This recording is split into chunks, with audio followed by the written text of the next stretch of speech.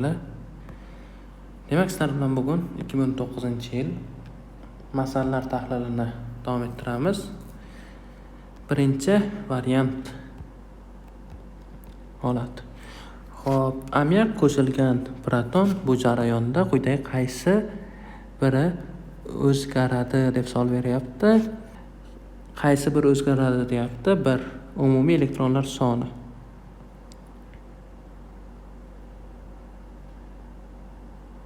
NH3 bu yerda e'tibor bering, elektronlar soni 10 ta bo'ladi. NH4 plyusga o'tganda ichida savol berishingiz mumkin. NH4 plyusga o'tgandan keyin mana bunda 11 ta elektron bo'lishi kerak edi, ya'ni 7 + 4, lekin bitta proton, ya'ni mana bu holatda biriktirib olgandan keyin kationga aylanyapti. Bitta elektron bergani uchun 10 ta. Buning elektronlar soni teng 2. Markaziy atomning valentligi deyapti, rostdan ham o'zgaradi. Bu yerda 3 valentli bo'lsa, mana bu holatda esa 4 valentli bo'ladi. Albatta, kartezyon birikmaga aylanadi. Bu bizga bejavob, ya'ni kitob menga tegishli emas, ya'ni belgilab qo'yilgan bo'lishi mumkin. Ikkinchi masala 11,2 gram 2 valentli metal asosi bilan 400 ml 0,5 mol litr sulfat kislota eritmasi reaksiya kirishsa metalni aniqlang. Xo'p, 2 valentli metal asosi bor, metal sulfat yo'q adashyapman. Ya'ni metal gidroksid. Bu esa sulfat kislota bilan reaksiya kirishyapti. H2SO4. Bunda 2 valentli bo'lgani uchun metal sulfat va suv hosil bo'lyapti. Xo'p, tenglashtirish uchun vodorodlar soni teng emas, mana 2 qo'shimiz kerak. Kislotalar soni teng. Xo'p, 11,6 gram deyapti.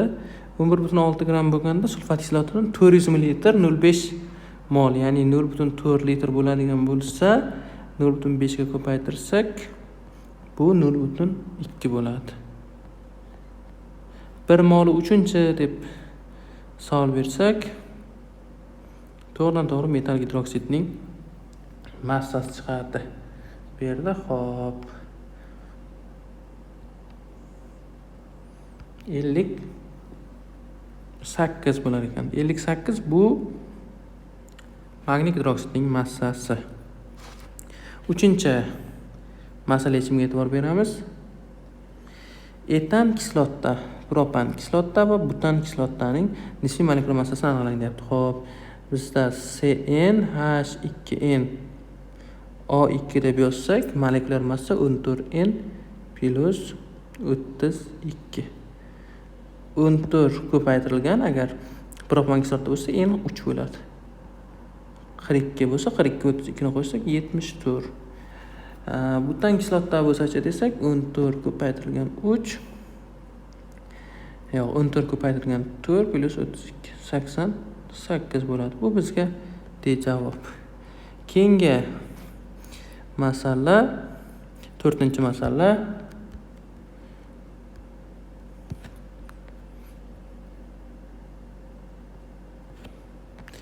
Ammiak hosil bo'lish reaksiyasida 40 gradusdagi tezlik 1,6 mol litr sekundga teng. Reaktor hajmi 2 marta oshirilib, harorat 20 gradusgacha tushirilganda tezlik qiymati qanchaga teng bo'ladi deyapti.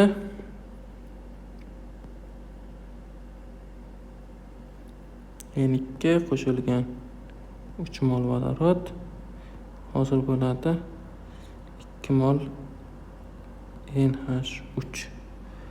Xo'p, bu yerda 40 gradusdagi reaksiya tezligi berilgan va reaktor hajmi 2 marta oshirilgan. Reaktor hajmi oshirilsa, azizlar, reaksiya tezligi kamayadi. Ya'ni bu, e'tibor bering, 2 bo'lsa azotning birinchisi, vodorodning 3-chisi, jami 2 ning 4-chisi marta kamayadi.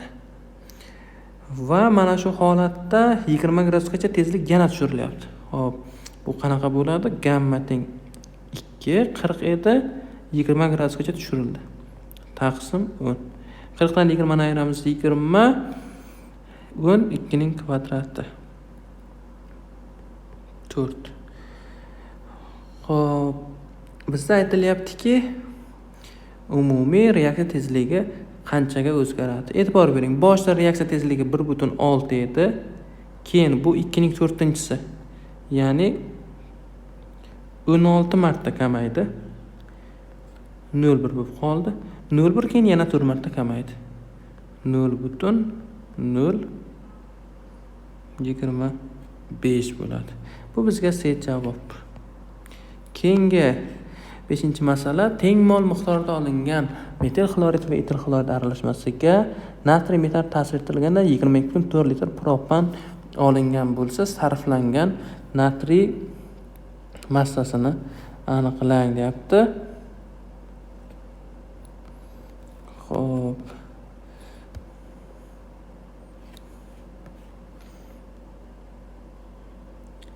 Beshinchi masala. Bu yerda metil xlorid bor va etil xlorid bor. C2H5 xlor. Unga reaksiya kirishyapti. 2 mol natriy bilan reaksiya kirishsa 2 mol natriy xlorid plus propanosi bo'ladi C3H8. Ya'ni 46 gram natriy bo'lganda bu yerdan hosil bo'lardi 44 gram propan, ya'ni hajmda 22.4.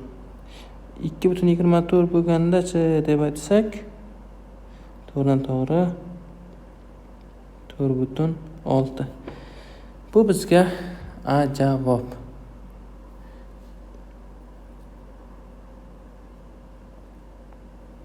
Keyingi 6-masala.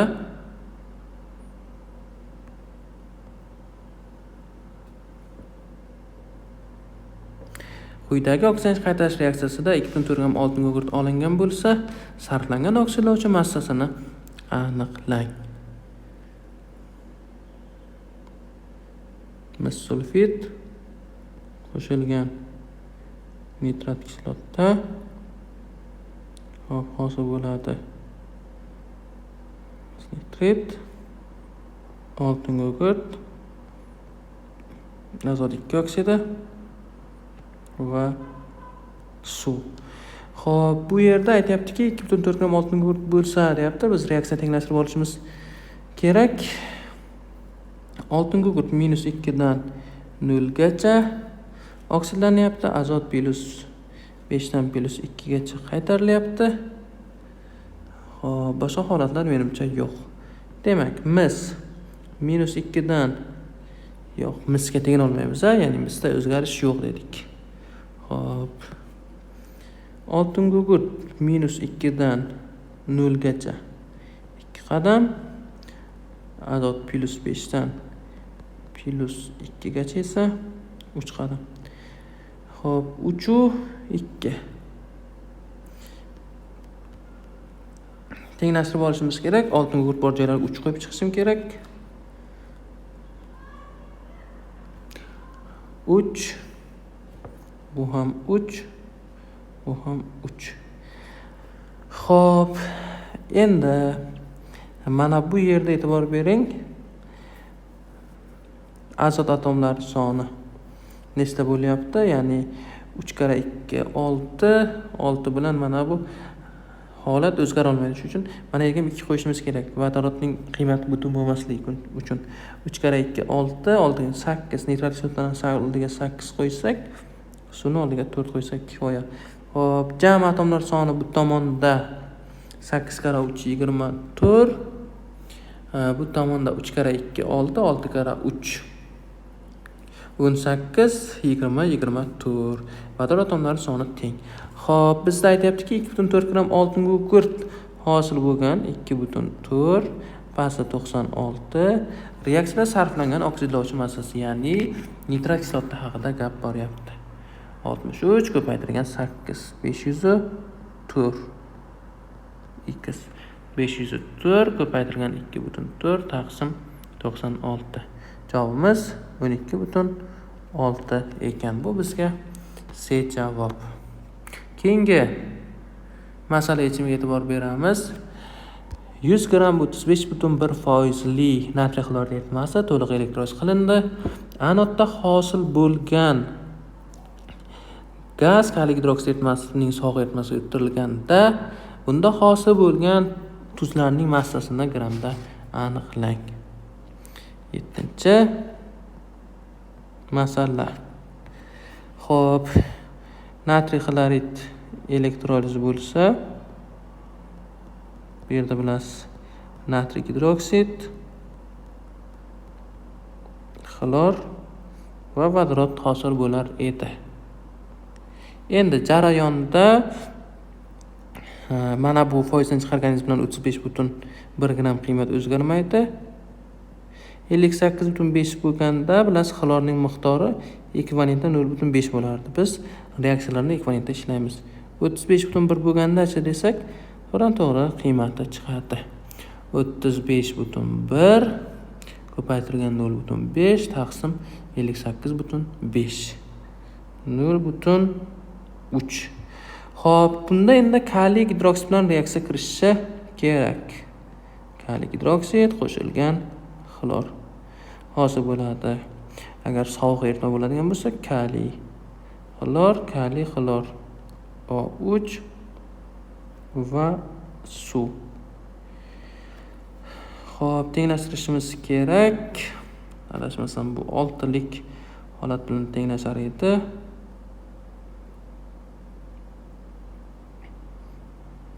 Mana bu holat 6, 5, 3 bo'ladigan bo'lsa, xlorlar soni mana bu qism 3 ni qabul qilar ekan.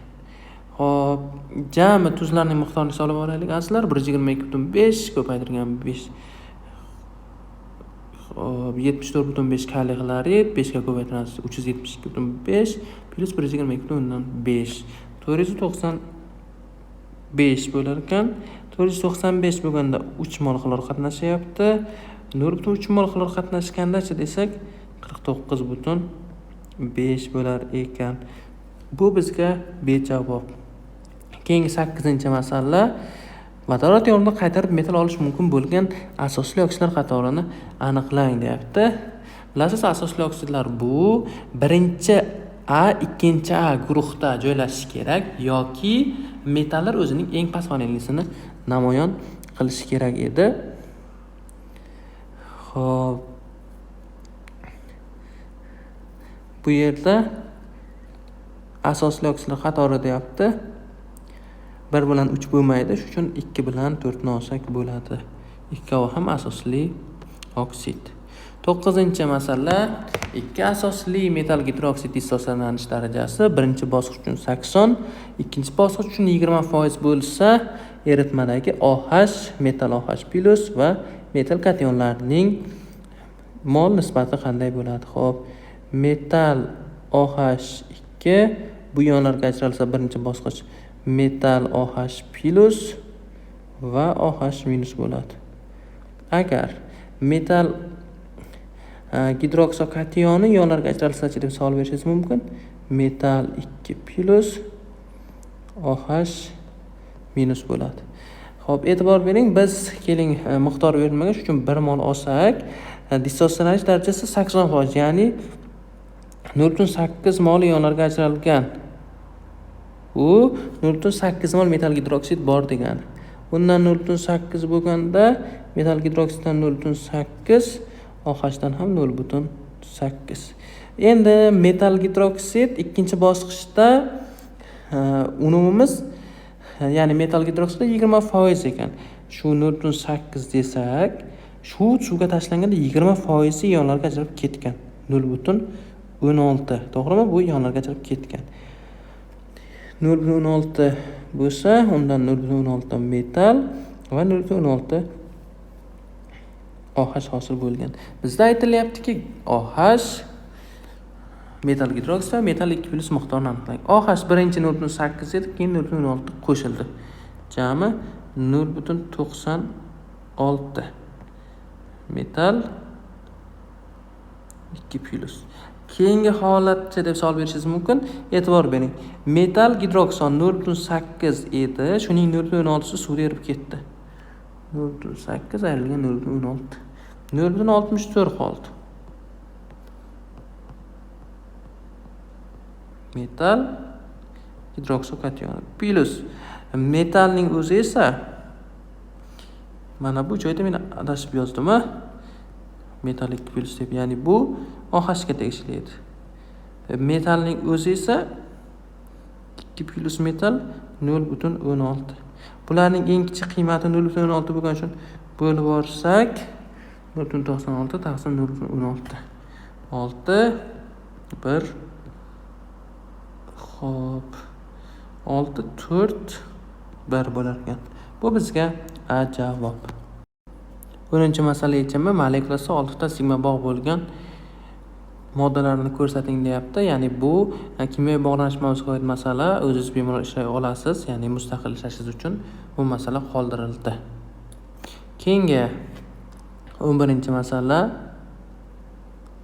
temir ikkita qismga ajratildi. Birinchi qism qaynoq konsentrlangan, ikkinchi qism esa suyultirilgan sulfat kislotada eritildi. Ajralgan gazlarning o'rtacha molekulyar massasi 39.2 bo'lsa, temirning qancha qismi temir sulfat hosil qilgan? Xo'p, temir dastlab agar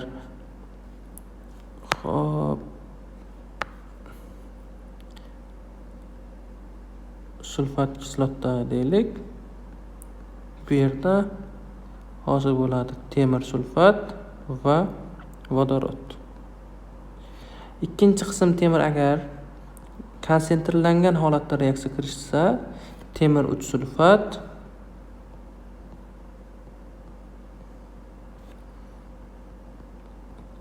SO2 va suvni hosil qiladi. Xo'p.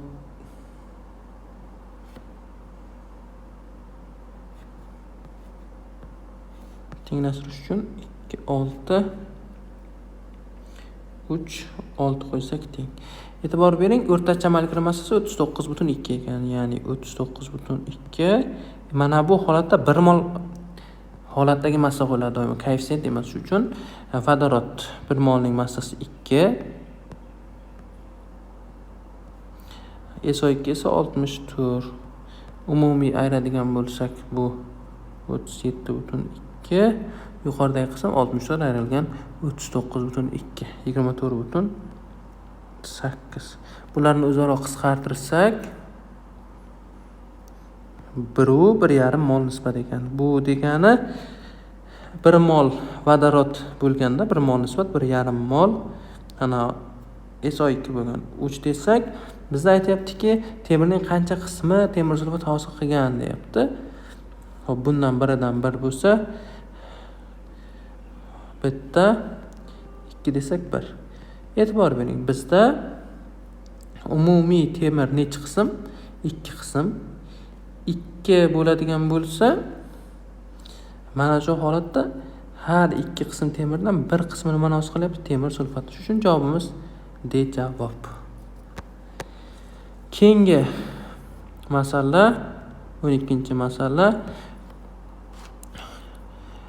0.3 mol kalsiy ortofosfat va 1.2 mol ortofosfat kislotaning o'zaro ta'sirlashuvidan hosil bo'lgan fosforli birikma massasini aniqlang.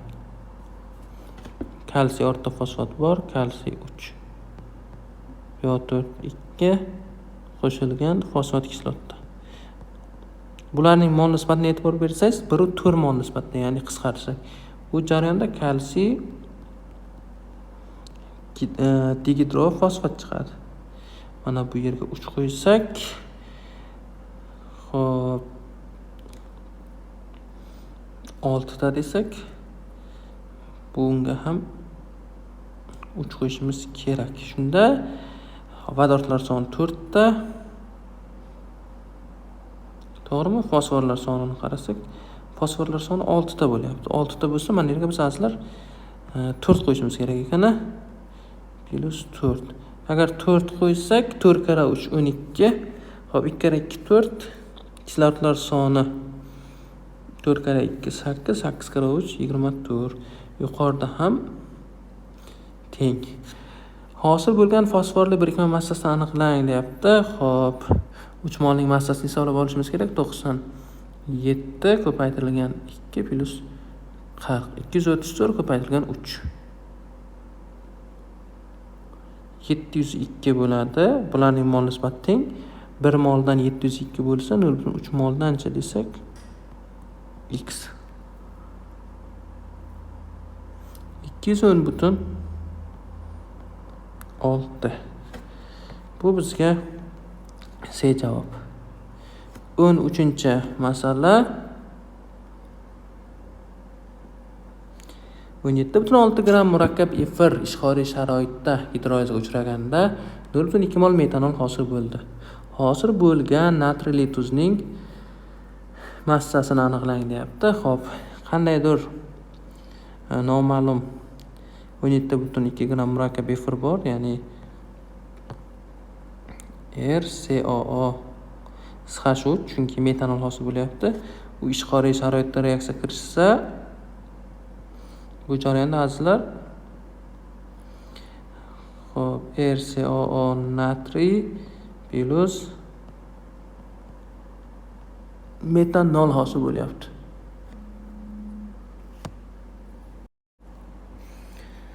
Xo'p, bu yerda 17.2 bo'ladigan bo'lsa, mana bu holat 0.2.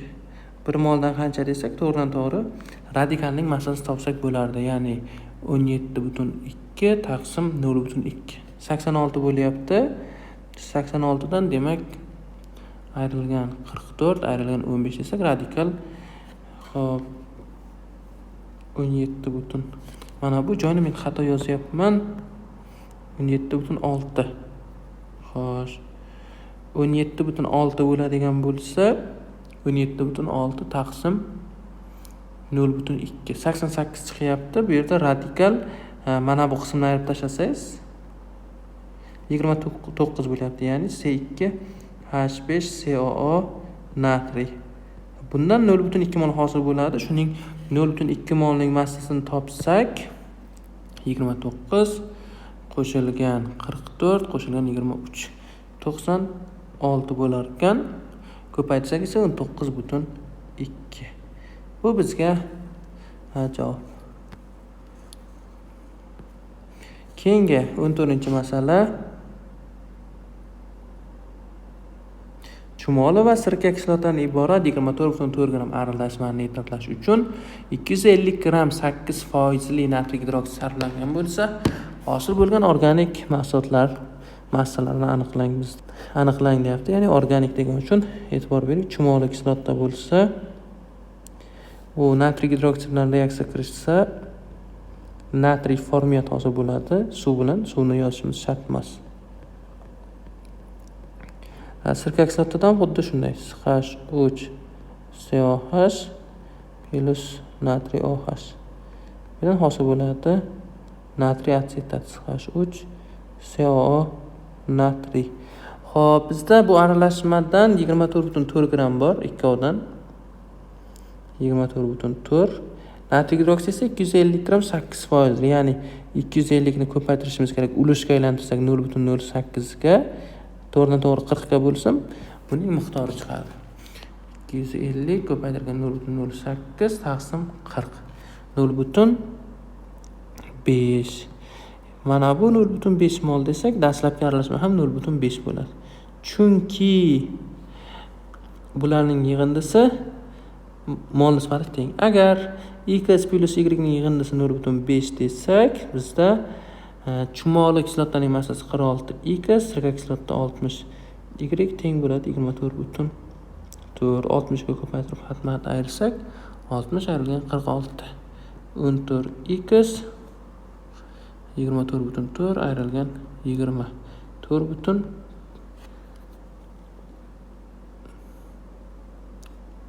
taqsim 14.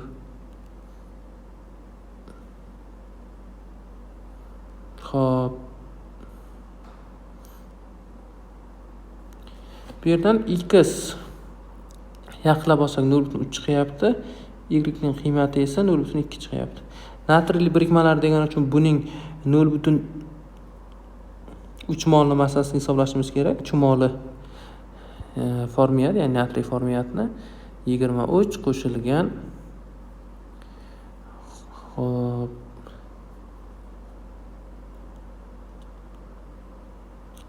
45 68 bo'lsa 0 ga ko'paytiramiz. 20,4. Keyingi holat 0,2 bo'lsa, buni massasi 82 ga ko'paytiramiz. 16,4. Bu bizga C javob. Davom etamiz azizlar. 15-masala. 3-energetik pog'onasida 13 ta, 4-energetik pog'onasida 2 ta elektroni mavjud bo'lgan atom yadrosida 30 ta neutron bor. Element izotopining nisbiy atom massasini aniqlang. Xo'p, bu degani dastlab bilasiz, birinchi pog'onada 2 ta elektron, ikkinchi pog'onada 8 ta elektron, keyin esa bunda 13 ta, keyin esa 2 ta elektron bor ekan. Bularning umumiy yig'indisi 25 bo'ladi. 25 bu bizda marganis bo'ladi.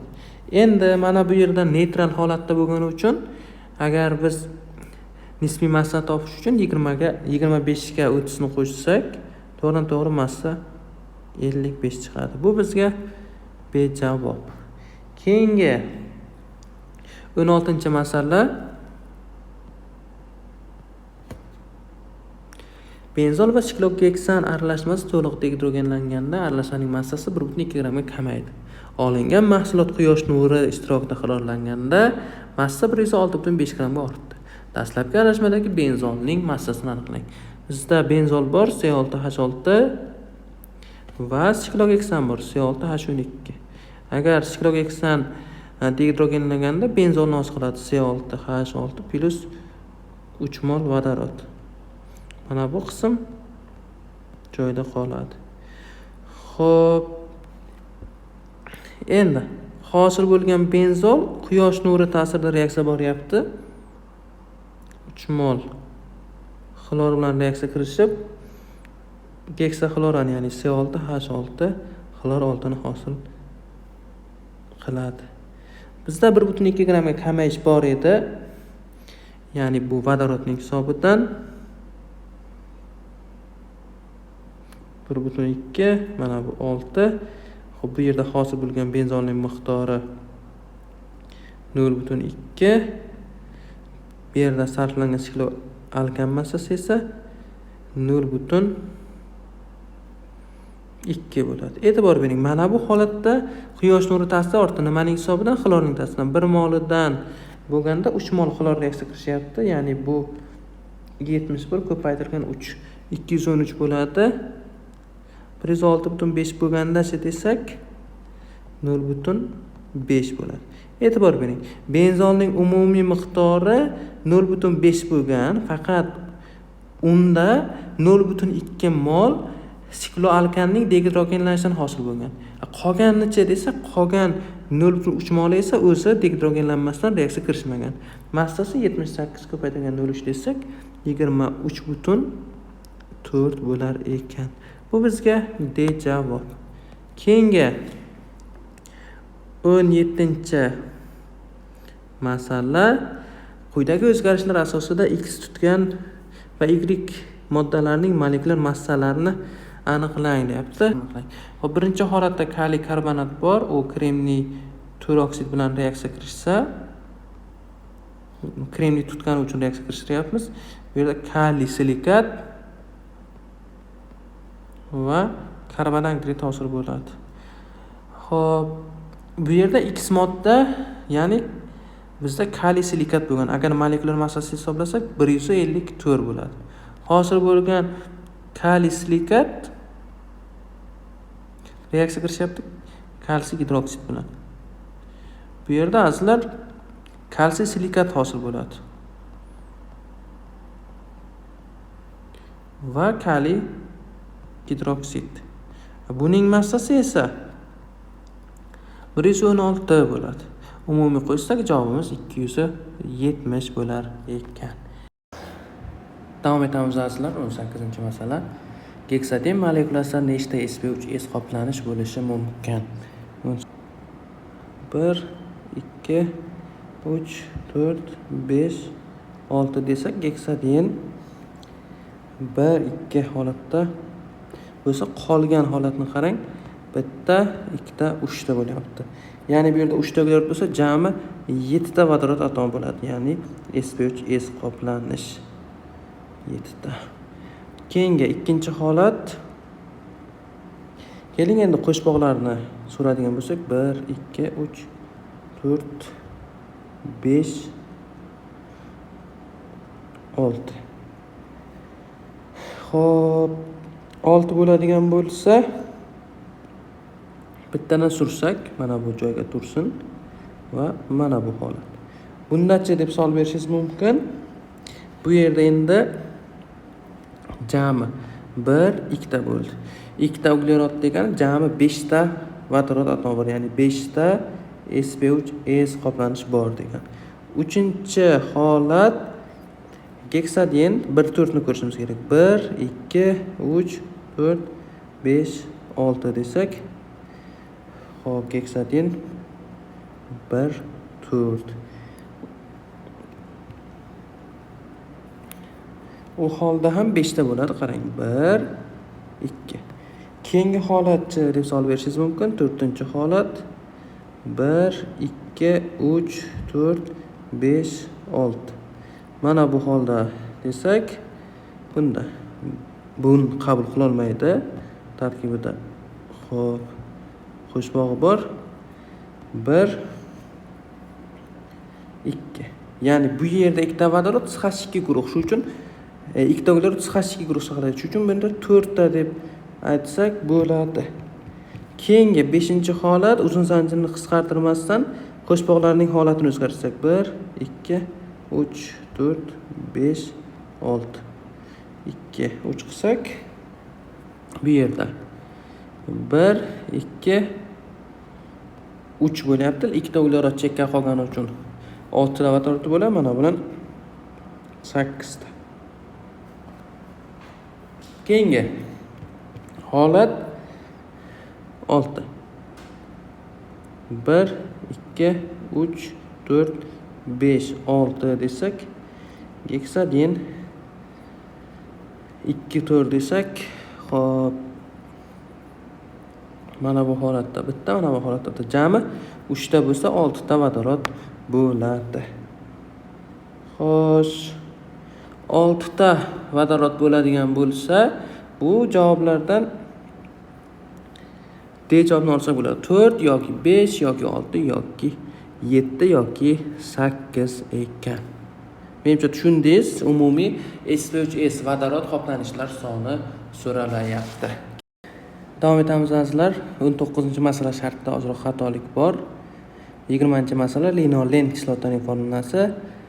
Demak, A javobda to'g'ri ko'rsatilgan, chunki bu to'ymagan holat hisoblanadi. Keyingi 21-masala. Xo'p, 21. 2/1 massa nisbatidagi kaliy gidrid va kaliy 21-masala 2/1 massa nisbatidagi litiy gidrid va kaliy gidrid suvda to'liq eritildi. Kaliy gidridning eritilishi natijasida 4.8 litr gaz ajralsa, olingan litiy gidroksid massasini aniqlang. Xo'p, bizda kaliy gidrid bor. Suv bilan reaksiya kirishib, kaliy gidroksid va vodorodni hosil qilgan. Reaksiya teng. Litiy gidridda ham xuddi shunday holat. Litiy OH plus vodorod gaz. Xo'p, mana bu yerda 4.8 deyapti, ya'ni 0.2 mol degani, buni 1 moldan 40 bo'lsa, 0.2 moldan 8 bo'ladi. Bu kaliy gidrid va litiy gidrid 2/1 massa nisbatida olingan edi. Bu nima degani? 2/1 degani bu 8 bo'lsa, litiy gidrid undan 2 marta katta bo'ladi. 2 marta katta bo'lsa 16 bo'ladi. Xo'p, litiy gidridning massasi o'zi 8. 8 dan hosil bo'lardi 24 gram litiy gidroksid. Agar 16 gram bo'lganda-chi desak, 48 bo'lar ekan. Bu bizga D javob. Keyingi 22-masala 20% vodorod fluorid va 10% nitroglik gidroksid eritmalari aralashtirilganda olingan neytral eritmaga qanday massa suv qo'shilganda 42 gram 5% natriy fluorid eritmasi olinadi? Xo'p, natriy OH qo'shilgan vodorod fluorid hosil bo'ladi. Natriy fluorid plus suv. 42 gram 5% deyapti. Har 100 gram eritmada 5 bo'lsa, 42 gram eritmadachi desak, to'g'ridan-to'g'ri eritmadagi natriy fluoridning massasi chiqadi. Bu adashmasam 21 bo'ladi. Xo'p, har 21 gram bo'lsa natriy fluoridning molyar massasi 42, bundan 20, bundan 40 desak, to'g'ridan-to'g'ri bularning massalari chiqadi.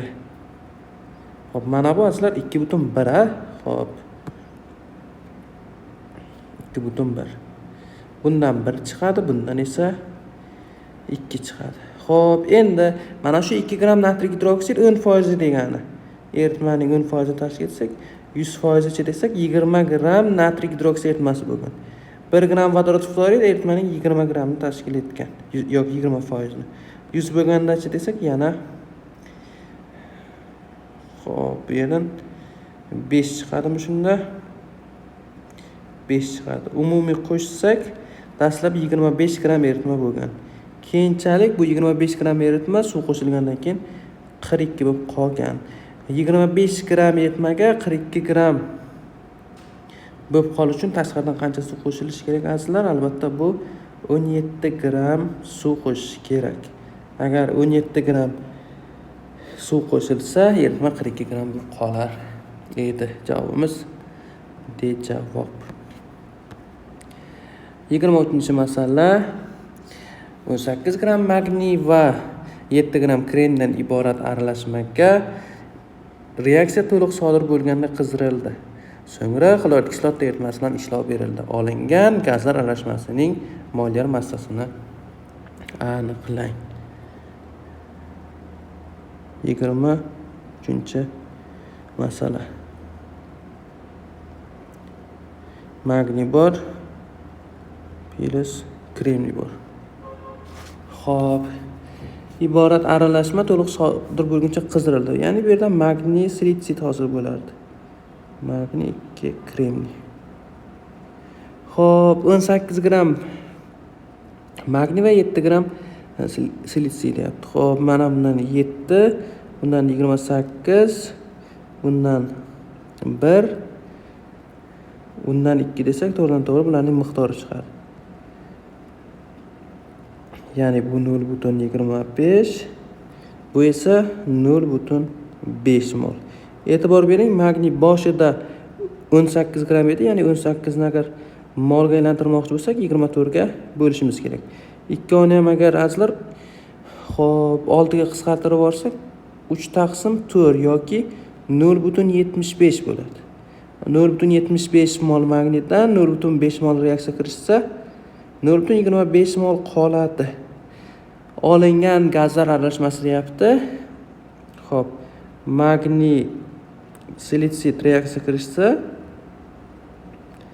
magniy xlor 2 plus NH4 ni hosil qiladi. 2 4.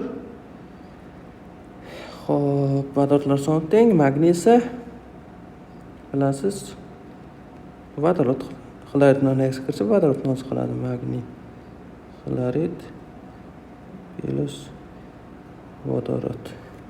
Xo'sh, quyidagicha xulosa qilsak bo'ladi. Magniy silitsiddan 0,25 mol bor. 0,25 mol bo'lganda jami bundan 0,25 olinadi. Xo'p, magniy 1 moldan 1 desak, yana 0,25 desak 0,25 hosil bo'ladi. Kremniy gidrid, ya'ni 32 ko'paytirilgan 0,25 plus 2 ko'paytirilgan 0,25 taqsim 0,5 desak, to'g'ridan-to'g'ri bularning o'rtacha molekulyar massasi chiqadi. Bu 8.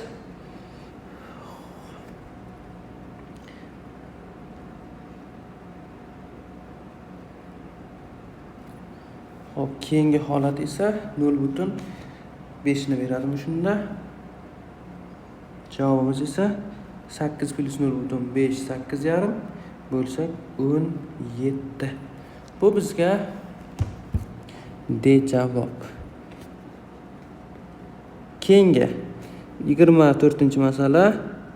Benzol gidrogenlanganda 32 brom tutgan eritmani ranglantiradigan siklogeksan va siklogeksen aralashmasi hosil bo'ldi. Dastlabki benzol yoqilganda 2,4 mol karbonangid hosil bo'lsa, gidrogenlanish reaksiyasida olingan siklogeksan massasini aniqlang. Xo'p, benzol bor ekan, C6H6 u siklogeksen va siklogeksan hosil qilgan. Agar 3 mol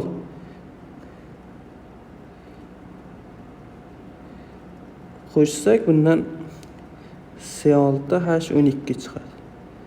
Xo'p, C6H6 qo'shilgan 2 mol vodorod desak, C6H10 bo'ladi. Ya'ni bu siklogeksen 32 gram brom tutgan eritmani ranglantiradigan deyapti. Albatta siklogeksen tarkibida bitta qo'shbog'i bor, shuning uchun ranglantiradi. C6H10 qo'shilgan brom 2. C6H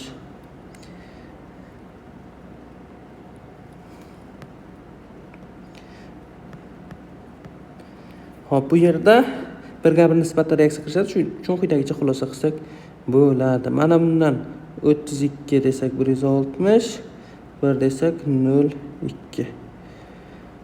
Xo'sh, bundan 0,2 desak benzoldan 0,2 bo'lgan. Dastlabki benzol yondirilgan. Xo'p, qanaqa xulosa qilsangiz bo'ladi? C6H6 yondirilsa 6 mol karbon angidrid bo'ladi. 2,4 mol deyapti. 1 molidan 6 bo'lsa 2,4 danchi desak x. 2,4 ni 6 ga bo'lib yuborsak 0,4. E'tibor bering, jami benzol yondirilgan benzol miqdori 0,4 bo'lgan. Shu 0,4 dan 0,2 moli siklogeksenni hosil qilgan. Qolgan 0,2 molicha desak, bu siklogeksanni hosil qilgan. 1 molidan siklogeksan massasini hisoblasak 14N. Xo'p, 6 ga ko'paytiradigan bo'lsak, bu yerdan 84 bo'ladi.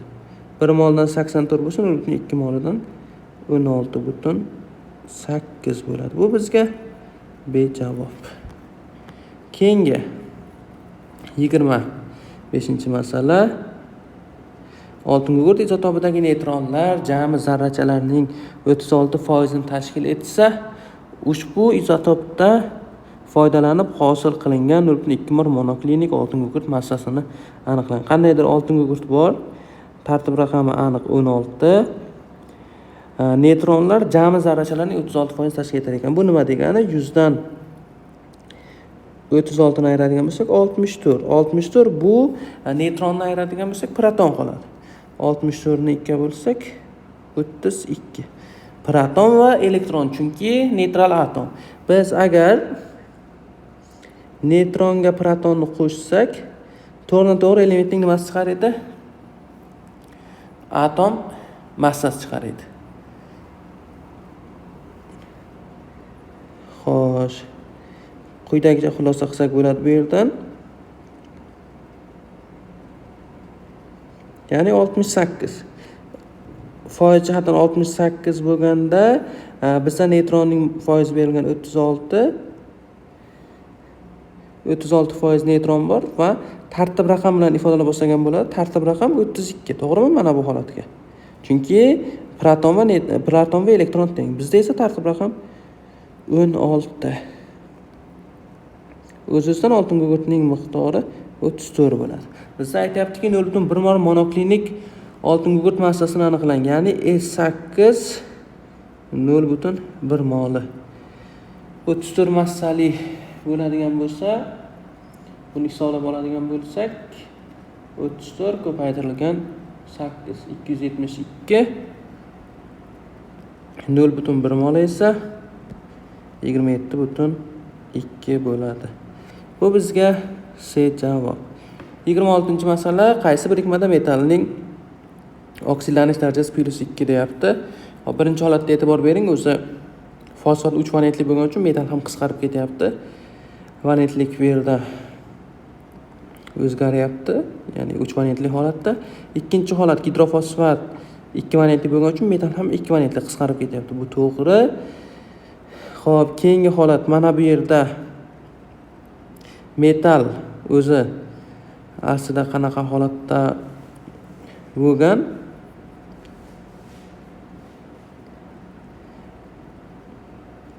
Metal 2 valentli bo'lgan. Bitta valentligini OH ga berib, gidroksil holatda bo'lgan. Xo'p, ko'raylikchi masalan. Kalsiy OH2 sulfat deyapmiz. Xo'p.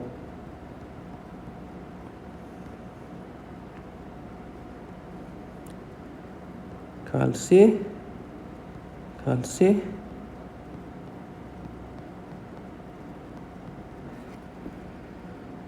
bu holat demak to'g'ri. Mana bu holatda esa to'g'ri kelmaydi. Javobimiz 2 bilan 3.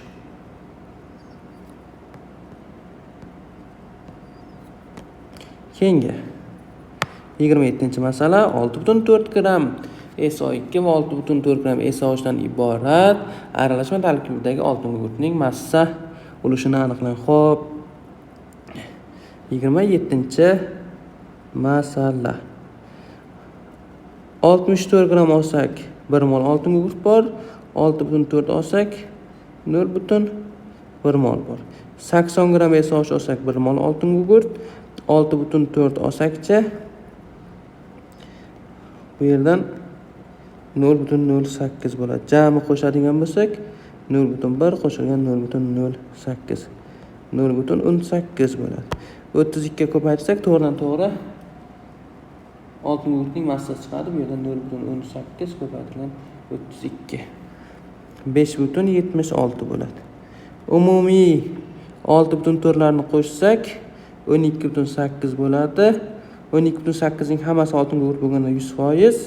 5,76 bo'lganda-chi desak x bo'ladi. Bu ya'ni 5,76 taqsim 12,8 45%. Keyingi 28-masala 5,4 gram divinilning ma'lum qismi polimerlanganda 0,0025 Na makromolekular hosil bo'ldi. Olingan reaksion aralashma 800 gram 3% bromli suvni ranglantirsa polimerlanish darajasini aniqlang. Xo'p, divinil deyilyapti. Ya'ni divinil bu butadiyen 1,3 C4H6. 5,4 bo'lsa 5,4 ni bo'lib yuboraman. 54 ga jami 0,1 mol divinil bo'lgan. Faqat ortib qolgan qismi bromli suv bilan reaksiya kirishgan C4H6 qo'shilgan ular alkinlar, alkadenlar 2 mol bromli suv bilan ranglanadi. 80 gram 3% deyapti. Har 100 gram eritmada 3, 800 gram eritmadachi desak x. Xo'p, bu yerdan 24 chiqadi. 24 ni agar bo'lib yuborsak 160 ga 0,15 chiqadimi shunda? Xo'p. Ikkovini ham agar 8 ni qisqartirib yuborsak shunaqa 0,15 bo'ladi. 1 mol divinil bo'lganda 2 mol brom bor, 0,15 bo'lganda-chi deb savol bersak 0,075 bor. Xo'p. Endi bizda 0,1 mol bor edi o'zi. Xo'p, 0,1 mol bo'lsa, shundan 0,075 moli nima bo'lgan? Reaksiya kirishib ketgan. 0,025 moli ortib qolgan. Ketgan Makromolekula bor 0.0025. Biridanchi desak x bu yerdan javobimiz 100 chiqyapti, lekin variantlarda yo'q, ozroq xatolik ketgan. Keyingi 29-masala. Noma'lum alkin amin to'liq yondirilganda 3.36 litr oddiy modda hosil bo'ldi. Xuddi shunday miqdordagi alkin amin mol miqdordagi bromid kislota ta'sir ettirilganda 42 gram tuz hosil bo'lsa, alkin aminning molyar massasini aniqlang. Alkin amin degani aminlar, ya'ni hop RNH2 u yondirilganda N2 hosil bo'lyapti, ya'ni 0.5 mol N2 desak 3.36 litr degan 0.5.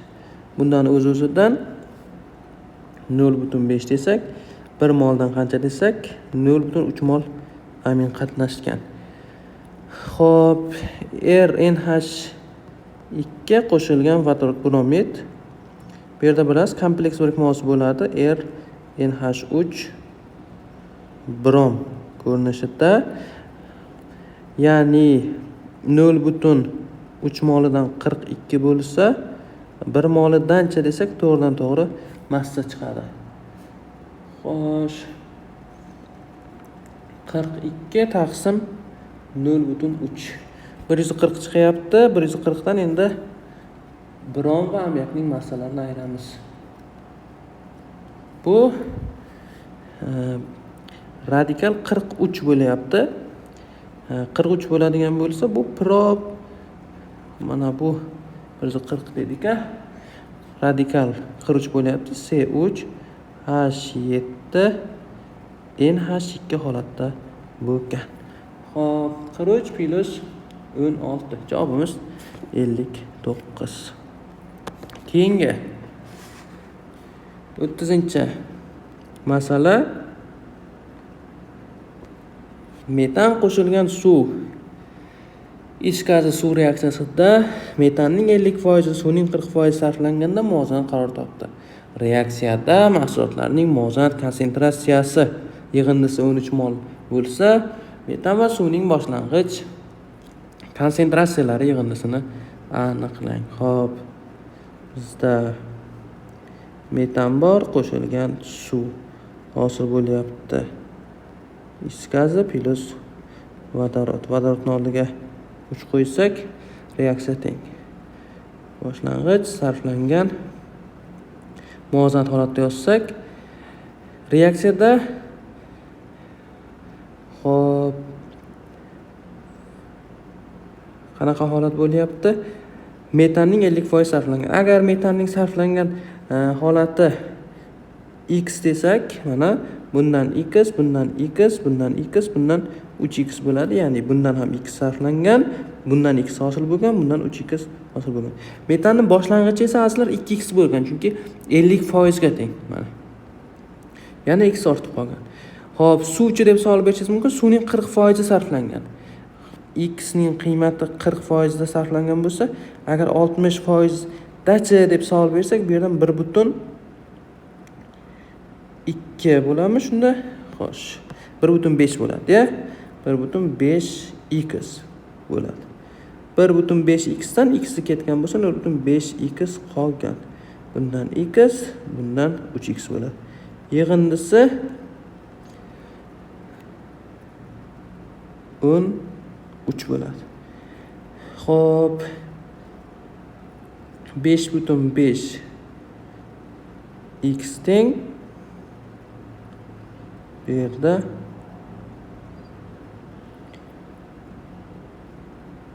13 ga. Xo'sh, bu yerdan 13 taqsim 5.5 desak, x 2.36 hosil bo'lyapti.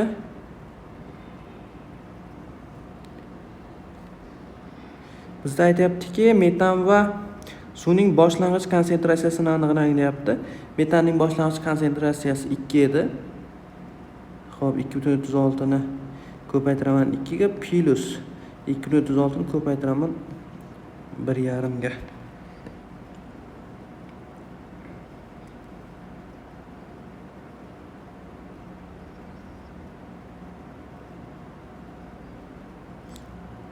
Xo'p. Bu yerdan azlar yig'inda